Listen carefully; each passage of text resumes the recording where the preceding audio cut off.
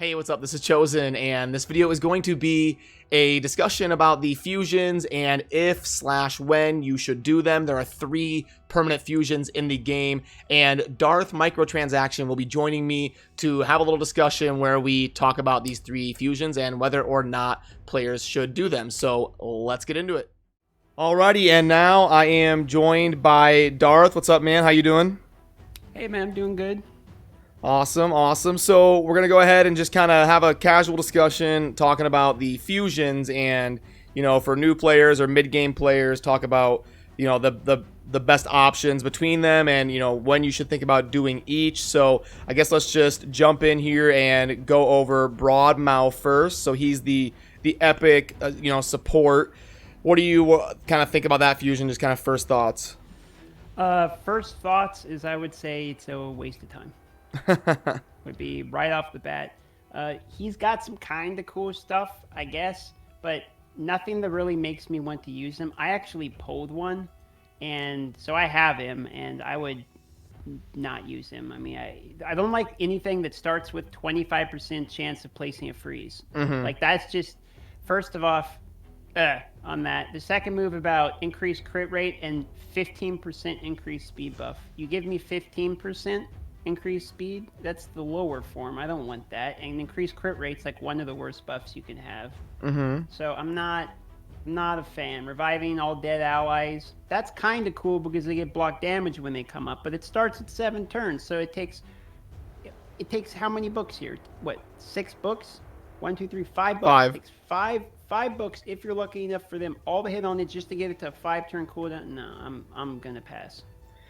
Yeah, no, we're kind of in agreement there. You know, freeze, it obviously doesn't work against the clan boss or any bosses in dungeons, so it's not that great, and it's a 1 enemy hitter. It's not like an AoE with a freeze that helps against waves in the dungeons.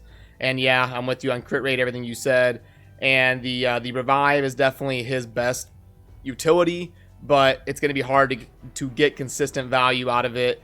And, you know, yeah, I'm kind of in agreement where he also is part of none of the quests. So the only fusion that a player needs to do on their journey towards, you know, technically beating the game and getting Arbiter at the very end as a last reward is the Relic Keeper fusion, which will kind of segue into that next. But yeah, in conclusion, Broadmaw, not really worth the time and effort into fusing. So as we jump into Relic Keeper, he's kind of the most famous fusion because he's been around forever, and he is something that basically every player is forced to do because he's actually part of the mission quest. So back when you were a newer player, what was your kind of experience with fusing him, and what did you think after you did and all that?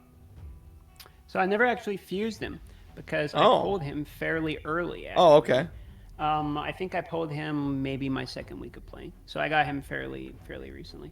By that time, I had already pulled Ray, so I didn't need him for the farming. And I remember thinking that if I did need him, I probably still would not have used him, in my opinion, unless I needed someone in arena, maybe.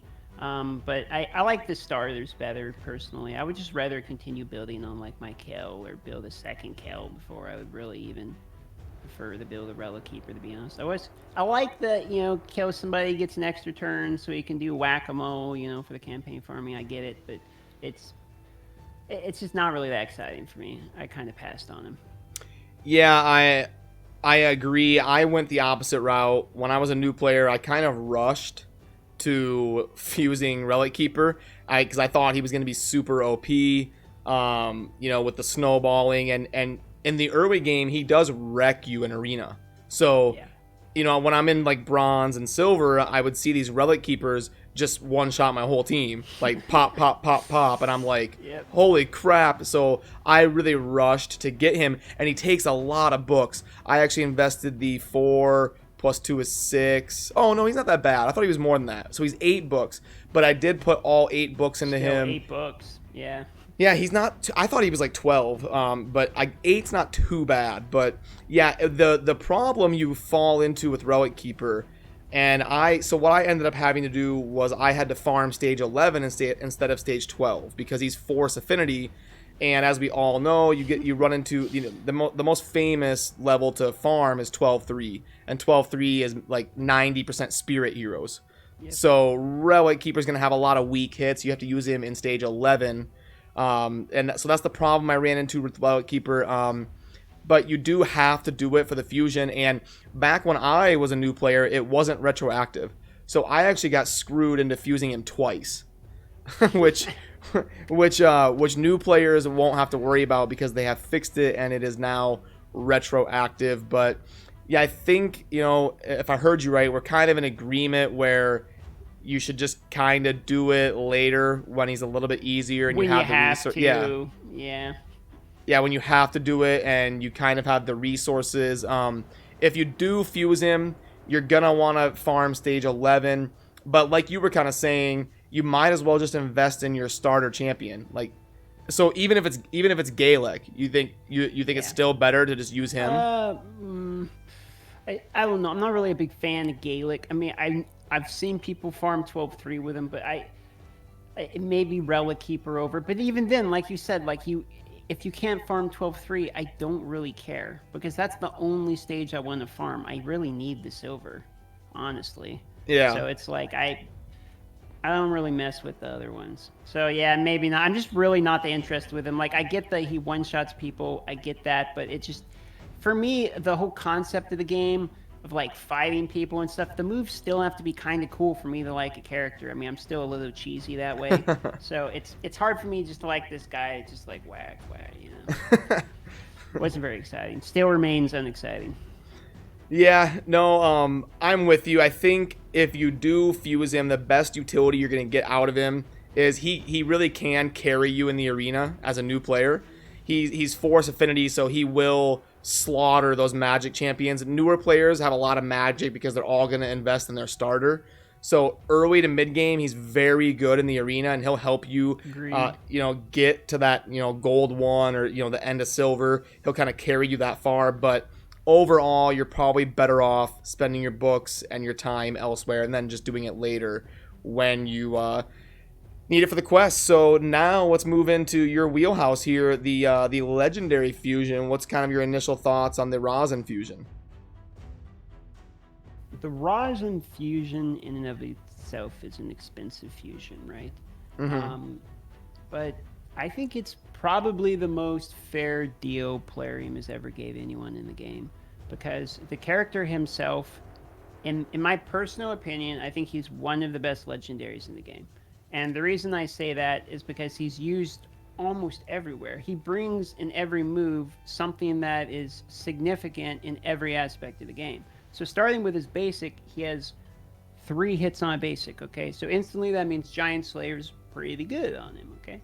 But then each one, when he's fully booked, which I fully booked mine because I, really like him, it makes it a 45% chance per hit of removing 1 random buff from the target. So you can remove up to 3 buffs just from 1 basic attack on top of hitting 3 times. So I really like that. And it's based upon defense. And I like characters that are based upon defense. That's a very good point. Build defensively while also building offensively at the same time. It's like, why would you ever want to build offense when you can build defense and still build offense? It doesn't make sense. No, it's a very good point. So it's kind of overpowered. Then his second move is amazing because when fully booked, it becomes 100% chance, and it's only a 3-turn cooldown when fully booked. It attacks 1 enemy, 100% chance of placing 60% decreased defense and a 25% weaken. So you get both. Basically, you instantly make the person receive the maximum amount of damage that person's going to receive. Because then he also basic attacks later, removes the buff if they have defense up or something. So he's constantly making somebody vulnerable, basically, which is what I really like about him. Mm-hmm. Then his third move is just as amazing as his other ones, which everyone gets hit, and he decreases all of the turn meter by 100%. So he just resets everybody's turn meter instantly.